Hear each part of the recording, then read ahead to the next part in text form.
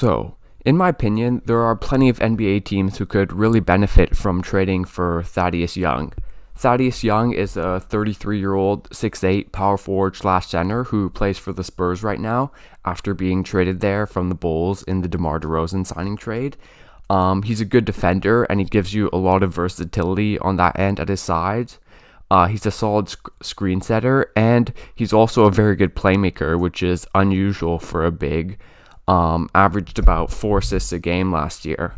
And the Spurs don't really need him. They are sort of looking to rebuild. They have experience. They have centers they want to develop like Jakob Poeltl. And, a trade just makes sense. He's only playing 18 minutes per game this year where he's been okay. So trading him for the Spurs makes sense. And I do really think he could help plenty of teams. So last year for the Bulls, in 24 minutes per game, he averaged 12 points, 6 rebounds, 4.3 assists, and 1.1 steals while playing solid defense. And he's I think at this point he's probably more of a guy who can come off your bench, but as someone coming off the bench who can give you 20 solid minutes a game and be a solid defender and be a good playmaker and contribute to the offense, I think a lot of NBA teams could use that right now. He's also on an expiring contract, 1 year, $14 million. So the Spurs, it makes sense for them to get some assets for him instead of just letting his contract run out, because I don't think they really have too much interest in keeping a 33-year-old. So if I look at some potential trades, I think a team that I've been seeing a lot and that does make sense is the Phoenix Suns. They have been getting good backup big production out of guys like JaVale McGee and Frank Kaminsky. But I think Thad Young is maybe a little bit more reliable. He's definitely more reliable than Frank Kaminsky, and he'd really solidify their bench and defense. Plus, he's another smart player who can play with Chris Paul and Devin Booker. I can imagine him setting screens and playmaking off the short wall with Chris Paul or running handoff plays with Devin Booker.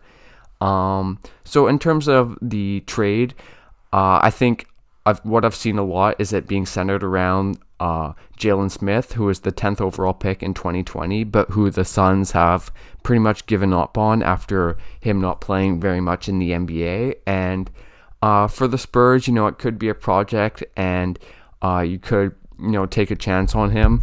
And then I've also seen salary going the other way in whatever form that is. Just throw-ins to get to that 14 million, and then also picks would be involved.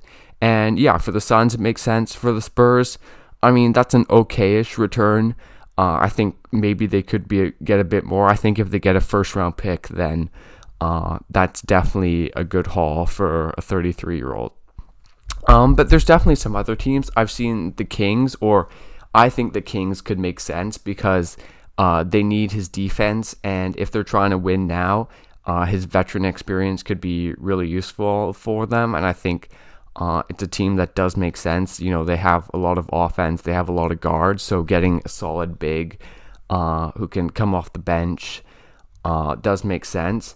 And they also have Marvin Bagley, who could be a good, it could make sense. I think the Kings would also have to throw in some picks, but Bagley is a power forward, and it hasn't quite worked out for him, whether it be injuries or, him not being a very good defender.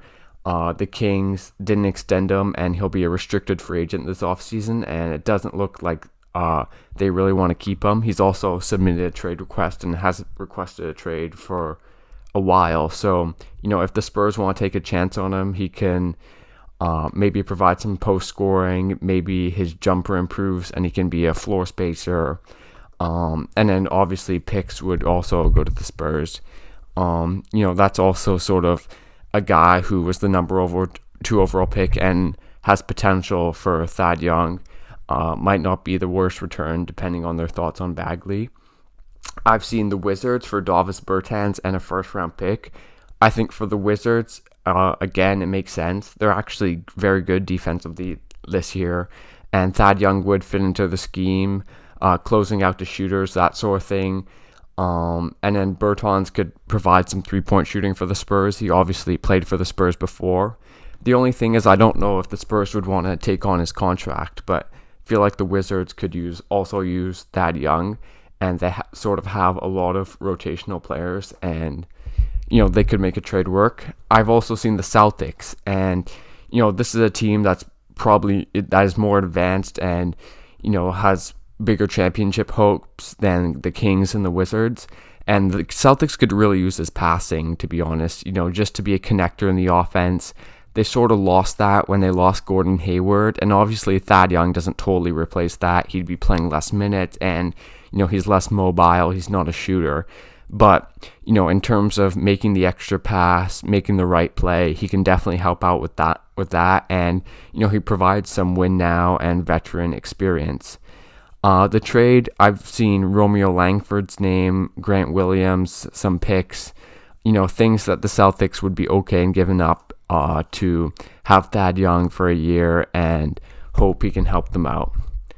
And then I think the Grizzlies could also make sense because of how bad they've been defensively. They're like the 29th defense in the league. So, they could definitely use his defense, even if it's not like incredible. He is very solid, and he would help solidify their rotation. I don't know of an exact trade, but they have a lot of young guys and picks. So that's also a team can make sense.